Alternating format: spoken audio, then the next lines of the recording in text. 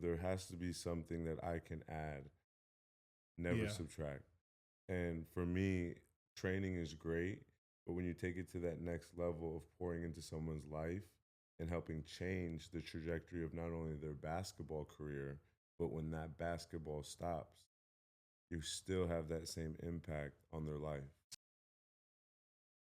Because the two things that I'm most concerned about are the mentality that get the mentality that gets athletes where they are, actually performing at the high level, like making it to, and you know this specifically because your brothers have done it. You train people who do it. It's kind of your world. So there's the mentality part of it, and again, like we were talking about this morning, all the all the stories tied to that, like Hmm. all the stuff cats got to go through. All the We'll get into those stories if you want. I do think the other part that matters a lot that is tied to all those stories is most of these athletes don't have the sort of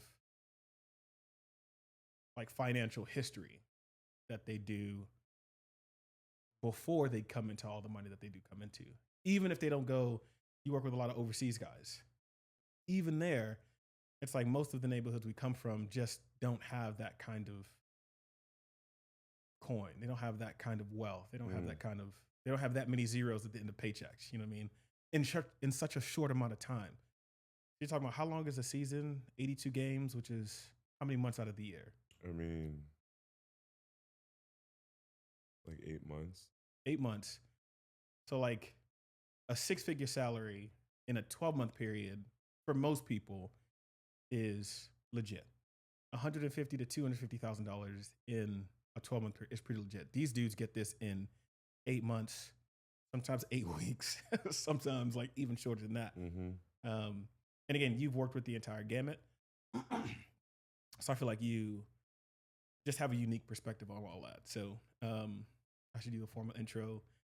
Uh, Desmond Howard, I need like NBA trainer, master trainer, seasoned trainer, intelligent trainer.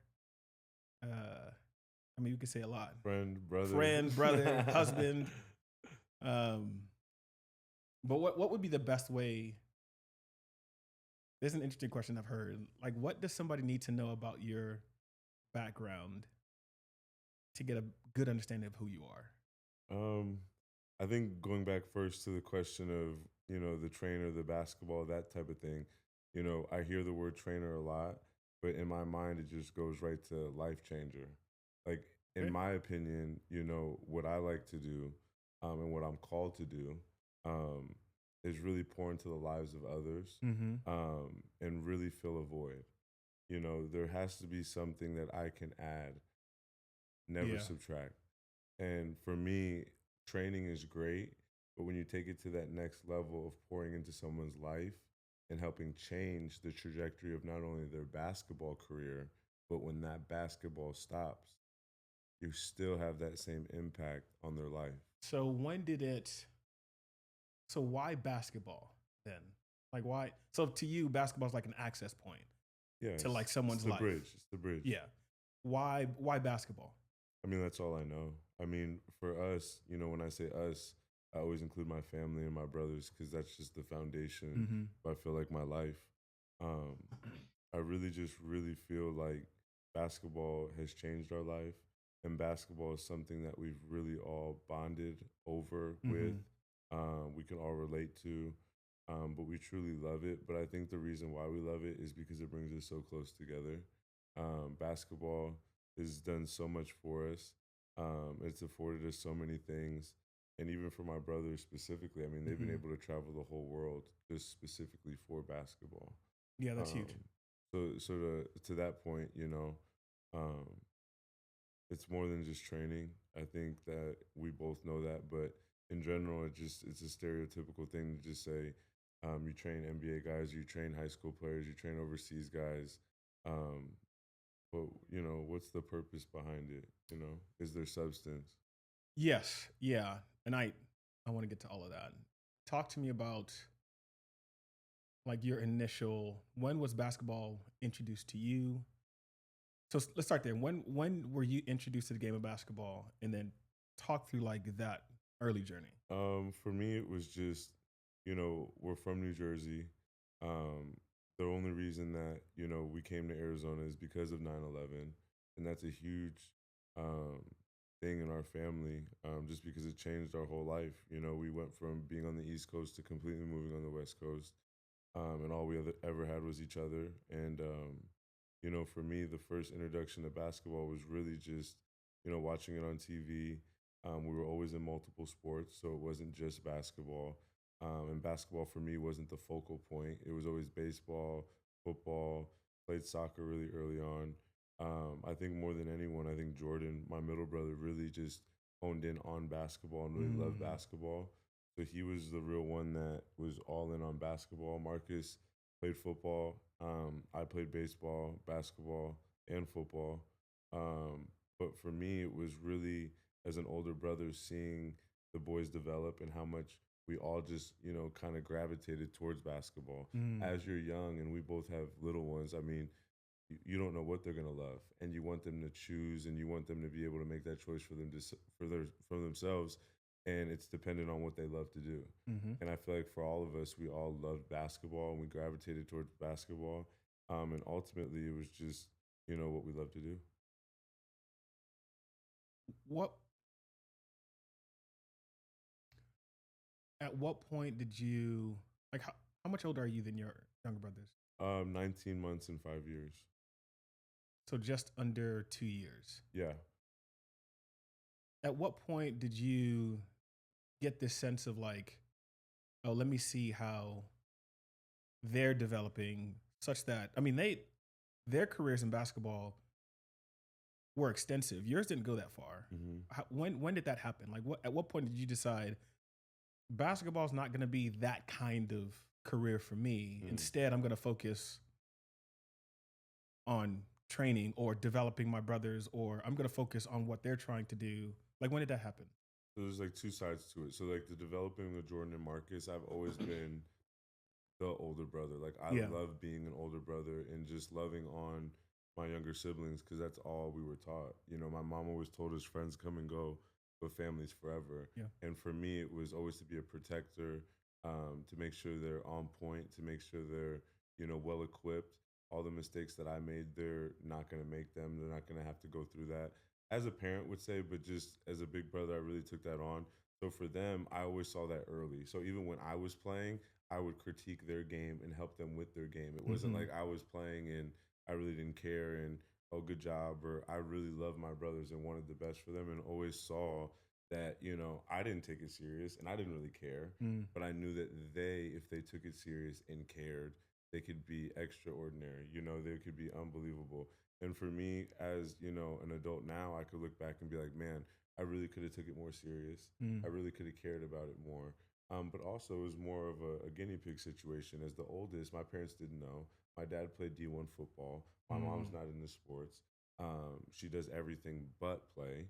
But between me and you, I just literally, didn't know what I wanted to do. Yeah. And that's one of those things where I saw it in them, but I didn't know what I wanted to do for myself. So to answer the other question that you had, I went to Phoenix College. And up to that point, I never had a coach that I really could connect with and Mm. really reach my full potential. So there was always a blockage there. And then on top of that, I loved the game, but I felt like I didn't put enough into the game. So there was probably a half-ended stick on that end. And then from me to you, it was one of those things where I didn't want to put in the time. I really didn't care at that point, to really pursue it, and I knew that. So for me, after I went to Phoenix College, I really thought to myself, what am I going to do? And I thought at first I was going to be a sports agent. That was, my first thing that I thought I was going to do, and not That actually thinking, makes a lot of sense for you. yeah, it for me, but it wasn't like, oh, my brother's gonna go to the NBA and I want to be their agent. That would have been amazing, but I just saw value in the relationships that I had and the Yeah. people that I knew. But then that, wasn't my calling, and it was funny because like I said before, I stopped playing. I was still always working with my brothers, always training them, always critiquing their game and being there for them. But I was after PC, I was the assistant head varsity coach at Perry High School, and both of my brothers were playing on the team, and we would work out after practices, and there would be parents looking in the window and people asking, "Hey, are you a trainer?" and whatnot. And I didn't think anything of it because I didn't know it could or was a career. But it was something I was called to do, and it was something I loved to do because it was for my brothers, and it was something that was so easy. It was like drinking water. Like it literally was like I could go to the gym and not have anything planned, and God literally would give me a whole workout in my Mm, spirit, catered to my brothers that would help them, get to the next level. Now, was that every time? No, I would continue to prepare and, do more and more. But in the very beginning stages, it was so crazy to just think I could walk into a gym, and I still can, and I still do. I could walk into a gym and just pray, and it just is what it is. yeah. No thought. Doesn't matter how many kids are there. It doesn't matter what coach is there. It doesn't matter what team it is. It's literally just like drinking water. Well, so for you, sort of becoming a trainer was a bit organic. It's kind of fell. I mean, I guess it's like a coach. It's like a player's But coach. when you're called to do something, that's how it should be. No, I agree. I agree with that. Doesn't always happen like that, and it did. And my way didn't happen exactly how I thought it would. Like calling felt like coming into your own in the sense that like people are That's coming to you and sort of recognizing something. Like, did you at that time feel like, oh, did you already feel like this is who you were? Or were you just like, I love my brothers, so the investment in them is what it is.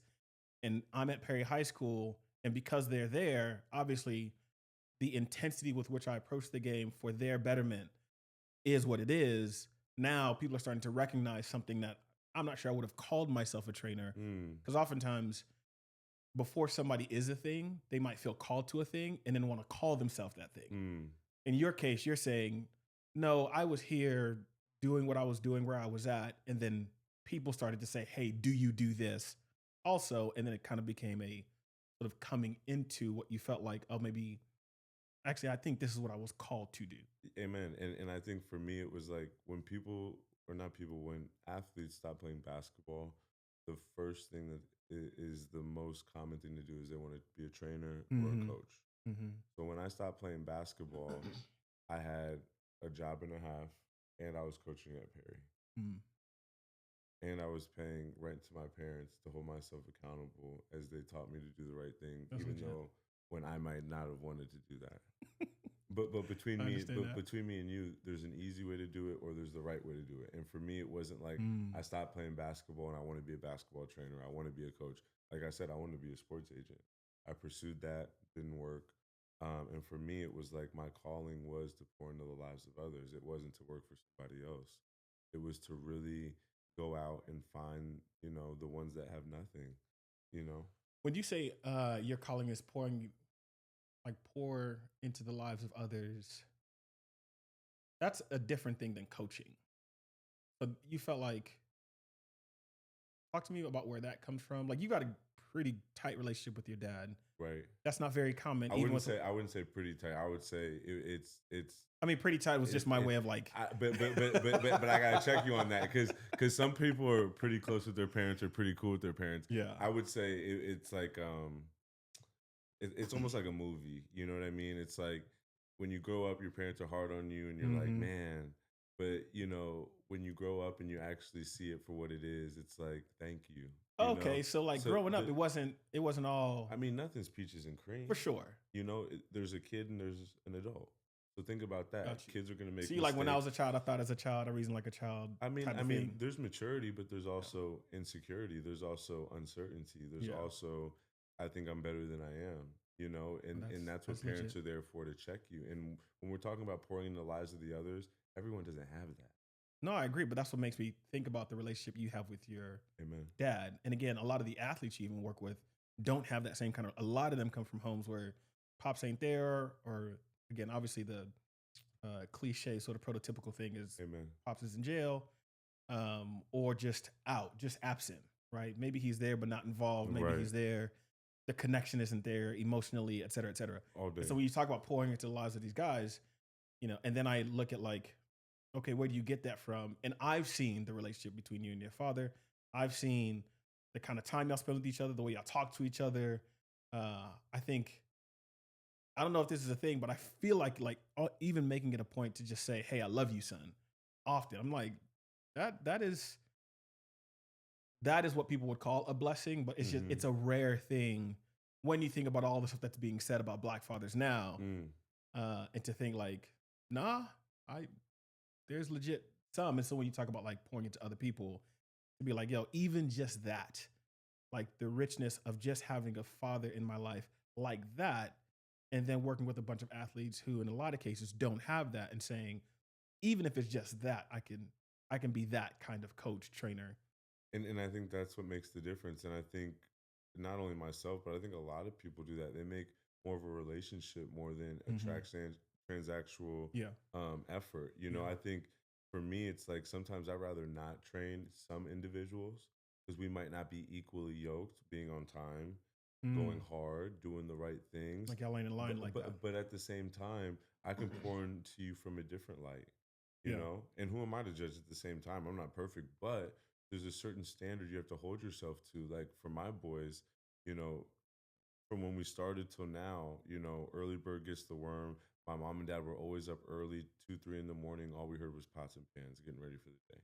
So for me, it's like even to this day, the boys could, be on X team, make this happen, make this amount of money, but they're working out at 3:54 in the morning every week. And it's because we're not going to be entitled. We're You going talking to, about your brothers? yes, Yes. Okay. to this day.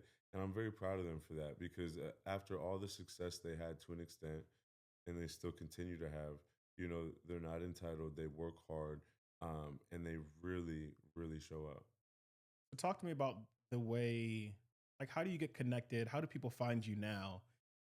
I mean, again, the story of you from New Jersey to Arizona because of 9/11. I used to live across the street from a Haitian family that literally moved there because of Katrina. So it sounds like a similar story. Like, Much, much, yeah. catastrophe, bunch of people displaced.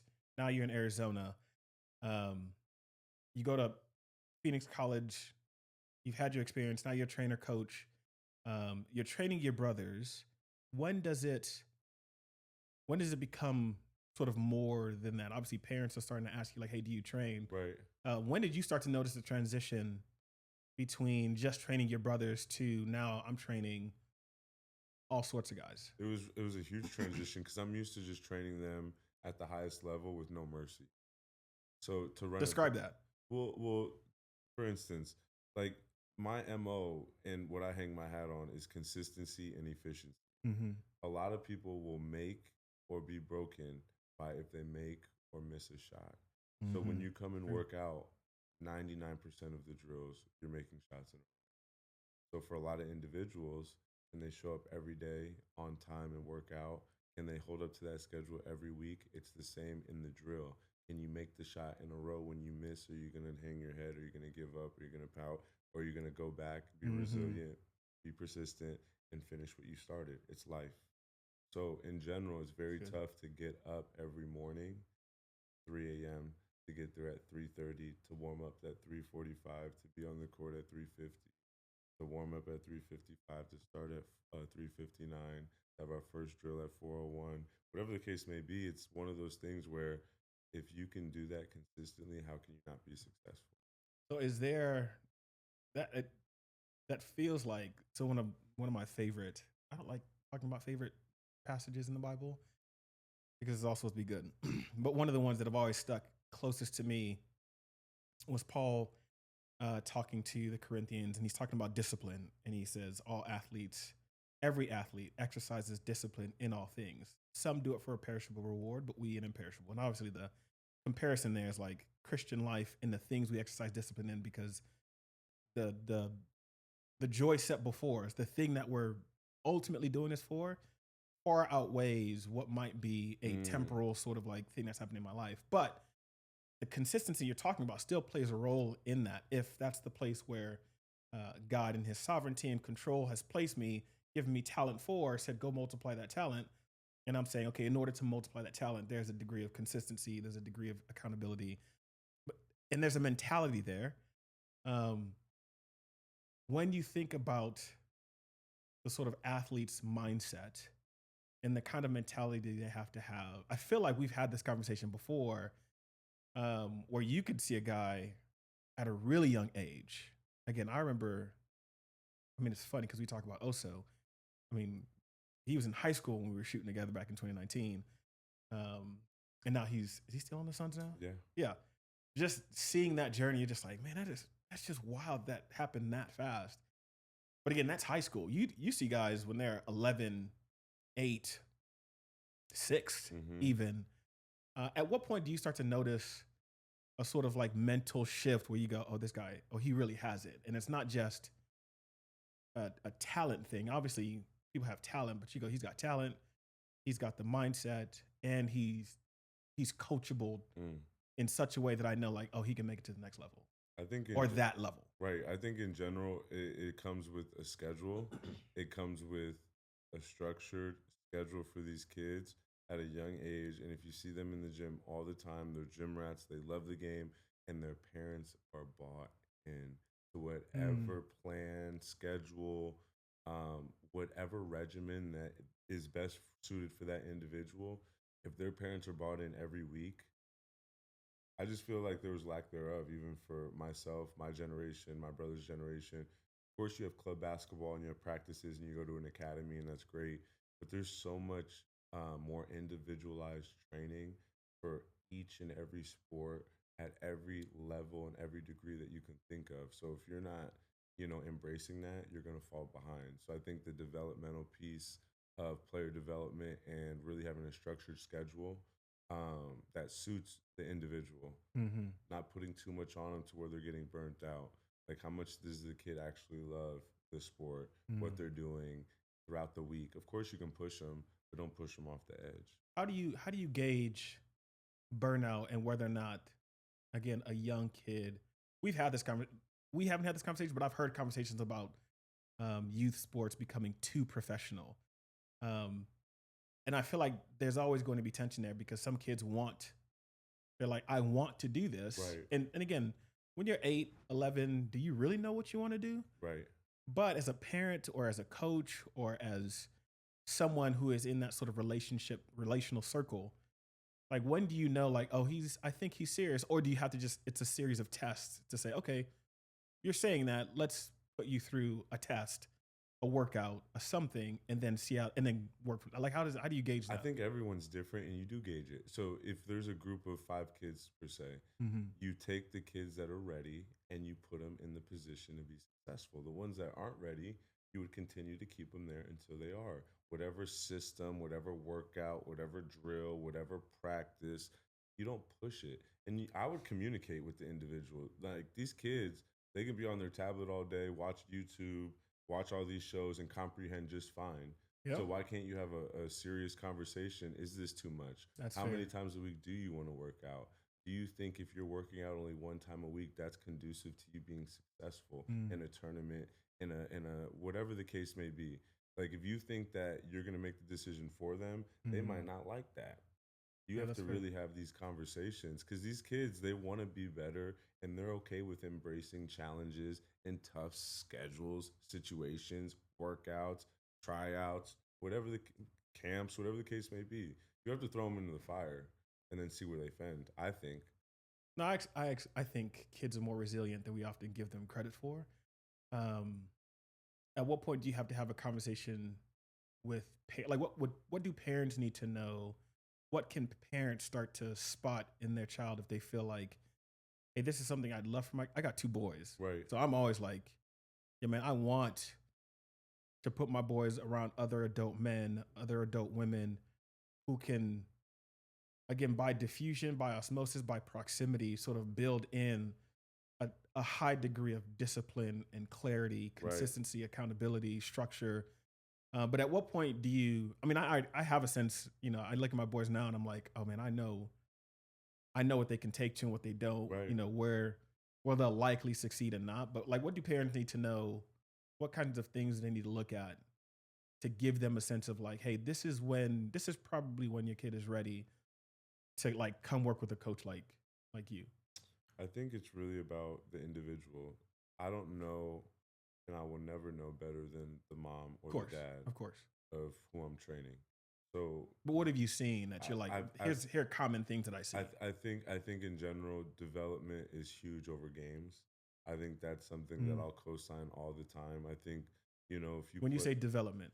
I think training throughout the week, Oh, okay, specifically strength and conditioning, got you. on court development, whether that's individual or small group, large group. And I think even playing 5-on-5 is huge in a controlled, structured environment where you're actually getting reps, where you're actually able to make mistakes, and condition. I think conditioning is huge. So you can do all these things on your own Hmm. without being on a team, without going to a tournament, without going and playing games that sometimes might be senseless and have no purpose. Yeah. But again, I think it's very conducive to be on a club team. I think it's very conducive to have a trainer. I think it's very conducive to also do strength and conditioning. Those are all musts, I think, at a junior high or above level. But below junior high, I think development. I think, playing on a club team could be of value, but that's to like the 5%. There's like 5% of kids that are in like fifth, sixth that could probably play junior high, Mm, and they're very, very ahead of the curve, and that's different. But I'm speaking to the masses, yeah. and I would stay in the gym. Yeah. I would stay in the gym.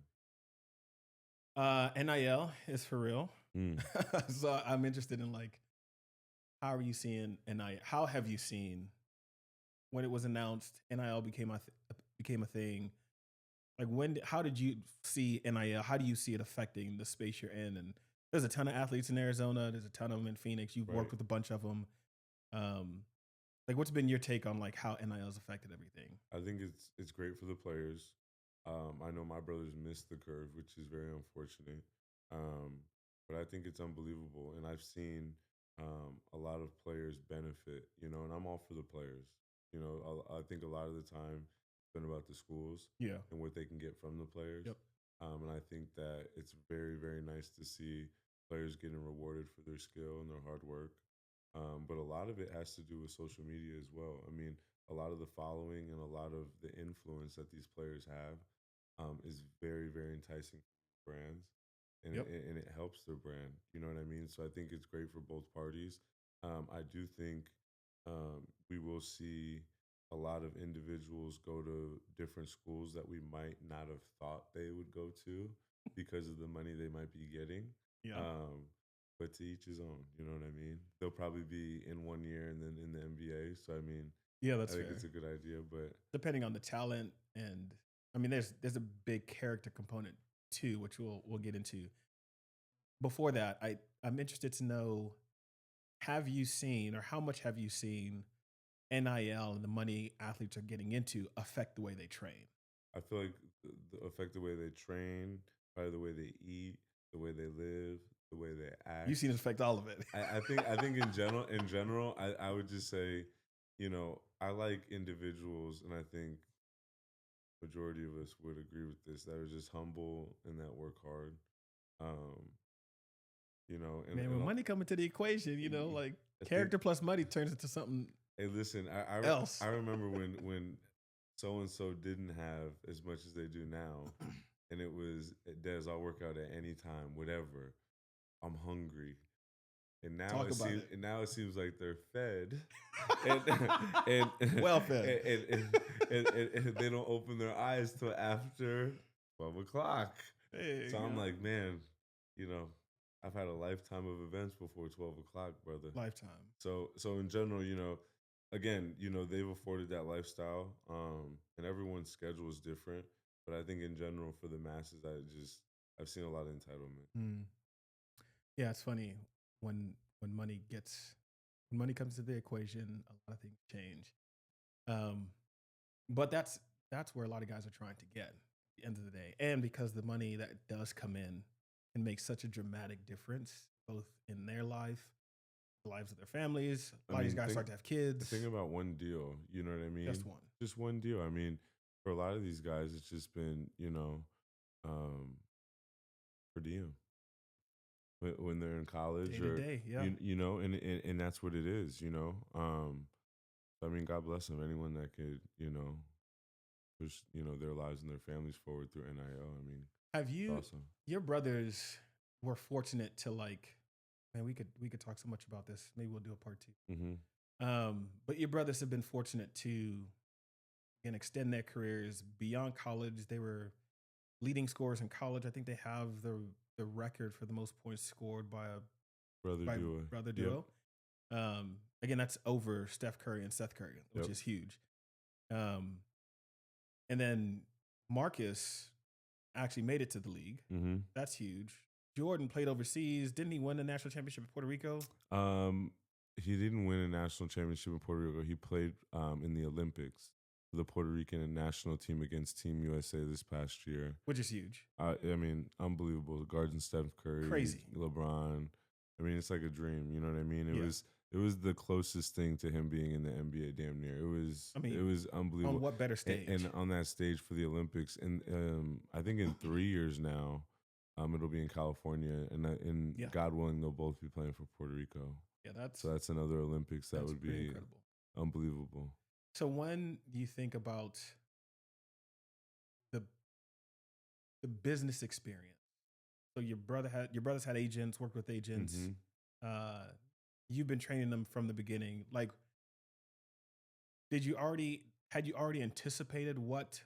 Like, did you already understand the NBA as a business, or when it came, it was like, yo, this is a little bit different than just the love of the game that I thought it was. Well, it was new to all of us because I think Marcus was the first real one to go through it. Jordan went through it extensively all the way up to Portsmouth, which is an invite only like draft combine. Interesting. For it was just more lower level Division 1 or individuals that didn't get invited to the actual pre-draft workout. Got you. So I mean, he went through it extensively. His agent is unbelievable, still his agent to this day. And that whole experience was just so new to us. I mean, it was just like having your first, baby. Basically, you just don't know. Everything's new. You're learning. You're asking questions, and you're just very premature in it. But we learned very quickly. My mother's unbelievable, very intelligent, very on her toes about everything. So she was very knowledgeable about anything and everything that they needed. My dad is so well connected and so plugged in. So I mean, them two together, they had it figured out. And then of course they always advise me with anything and everything when it comes to the boys in basketball. We all do it together. They'll always be their parents, but when it comes to basketball, I mean, we're all super close. We all make decisions together. We all call each other. Always update each other. So I mean, it's very cohesive. So with your brothers, like having your parents as involved as they were, sort of helped with the culture shock of what the business was like. I mean, a lot of guys come in and they're like, "Yo, I didn't know anything about this. Well, I just came in love of the game. I get a bunch of money," and in a lot of cases, it's gone before they know it. mm-hmm. You're saying with your brothers, there was a bit more of a. There was still a learning curve, but Yeah. it wasn't as extensive as it would have been, and it wasn't as shocking, or there wasn't as many closed doors as maybe other people would have experienced, with backdooring or people not doing right by them or keeping their word, or promising them this and not following through. So I think having a solid foundation of people that truly care and know you and know what you want, and know what's best for you, is essential. Did you end up working with financial advisors or people like that, and your parents were just involved that entire way? So The whole thing. I mean, my parents were in it. I mean, extensively till this day. Yeah. Of course, the boys are older and a lot older than they were when they first started, so they kind of do their own thing and they'll handle it. Yeah. But I mean, early on, it was just all hands on deck. Yeah. I feel like that is almost a cheat code, and you would think like, well, of course, family should, but as we also know, it isn't always like that. Well, everyone's intentions are usually not in the right place. Like for me, I've never taken $1 from my brothers, and I never will. And there's just something that always just, as a big brother, I just hold pride in doing right by my family at all times. And a lot of people, when they get on or when they get the opportunity, everyone's eyes open like they owe them something. Yeah. And for me, my whole life has just been doing right by my family. Yeah. How would you relate that to other athletes getting into that space who don't have the same sort of family structure that you grew up with? when they come into these spaces? Because I'm sure they're asking you questions and, hey, what do I do here? What do I do Right. there? It's And I'm sure you've seen a lot of not so great stories when it comes to that. those broken down individuals emotionally or mentally through those situations come to us through just the love that we have for them. Yeah. And that's where a lot of the relationships build was through those broken times, or I love saying trials and tribulations. Mm-hmm. It's when you really build that bond and that trust. And a lot of people come to us broken. It's not always peaches and cream. And it's like, oh man, I have a deal. Can you train me? It's never like that. Yeah. It's always like, man, I have nothing going for me, or I don't know where I'm going next. Or even with the Oso situation, no one thought anything of him. My dad did. And my dad recommended him to me. Mm-hmm.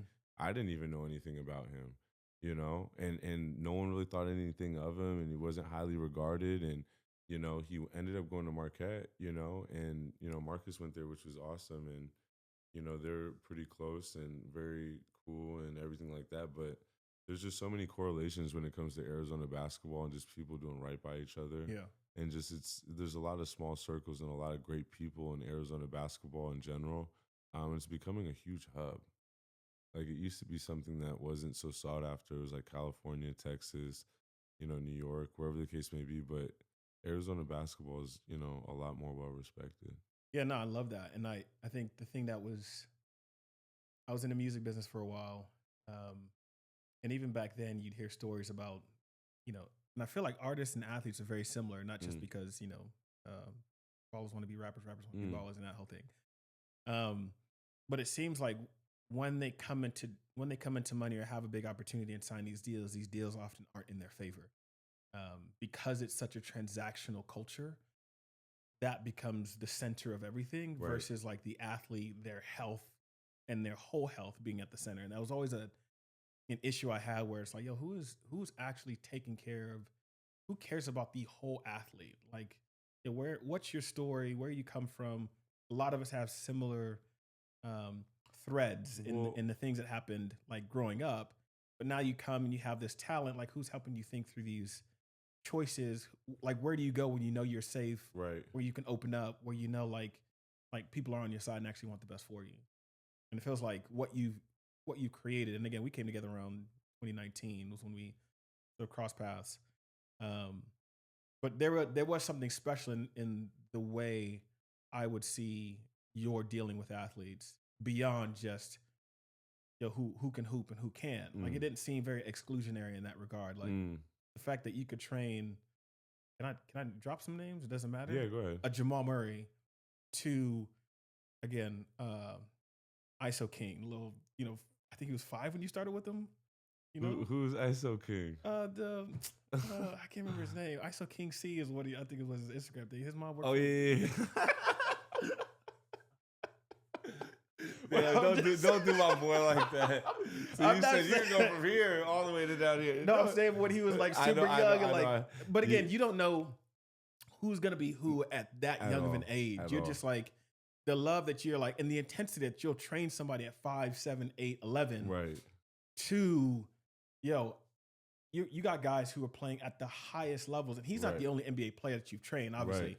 I think he's the one who might be like most recognizable. And again, but also like from high school through NBA, and plenty of others who you've even posted about. Right. Shout out League Me. So I'm saying like that degree of care for the whole athlete, making sure that like they're healthy, both physically, but emotionally, mentally, consistent, accountable, coachable. Like, that was always something, just giving you flowers. No, thank that you, I always bro. appreciated about how you approach that, praying before every practice, making sure guys are where they're supposed to be, keeping guys from, like, and then educating guys. Like, you would always like run through plays, be like, no, you should have done this, gone here, gone there. And the culture that developed, and seeing guys from overseas come back and be like, yeah, I want to come here. Seeing guys who were playing at all the D1 schools, Right. Kentucky to Kansas to, it doesn't matter. Right. Like, coming back to do these runs. What's been sort of the one thing you would say, like, yo, this is the thing I've always prized, and this is why I think guys keep coming back? I don't know if there's one thing. I know in my spirit, seeing how well my brothers are doing, and seeing how successful they've been, and how happy they are. You know, Mm. I know I have a huge part in that, and that to me, you know, honestly trumps everything. Like all the training and workout, and you know, it's God given. Yeah. Like I said, it's like drinking water. Yeah. You know, but to really manifest and really pray and to really work hard and get up, and every time they need a gym, every time they need a workout, every summer, every shot they damn near take, you know, is under my realm, is like unbelievable trust, Yeah. you know, an unbelievable bond. And it's something I'll go to my grave with, bro. Like between me and you, it's one of those things where it's like when it's all said and done, you know, I am so proud of what I've been able to accomplish, and you know what I've been able to provide not only for my brothers, my family, but the city. Like Yeah. when if you really think about runs, I don't even really do runs anymore. So over, you know, saturated, it's over with. Yeah. Yeah. Yeah. I feel that. But when we were doing them, bro, like and having two different courts going, Yeah. one in the big gym and at the facility when it first opened, type like taking it to a Mormon church, taking it to rec centers, Yeah, you was taking it. everywhere. Eduprise. I mean, Don't Boys matter. and Girls Yeah. Club. Don't Like matter. when I tell you, bro, Boys and girls too. you know, Guys, women, it's all of them. it's the city. So Yeah. so when it's all said and done, you can be a trainer, you can be a coach, you can be a lot of things, but it's not this at all. Because you know, when I really look at it, it's like my heart was in it for the people, never for the game. Yeah. I never was in it Yeah. for. That's strong. I was never in it for basketball. Because if you really know me, I'm really more about people than the game. Good. Straight up. Where can people find you if they want to learn more, if they want to connect? Like where Yeah, do they just go? Instagram, league me underscore slight. Um, it's just one of those things where if we're equally yoked, it'll happen. God's timing. Simple as that. Not reaching. Yep. Appreciate Appreciate you, you. man. Thank you. Okay.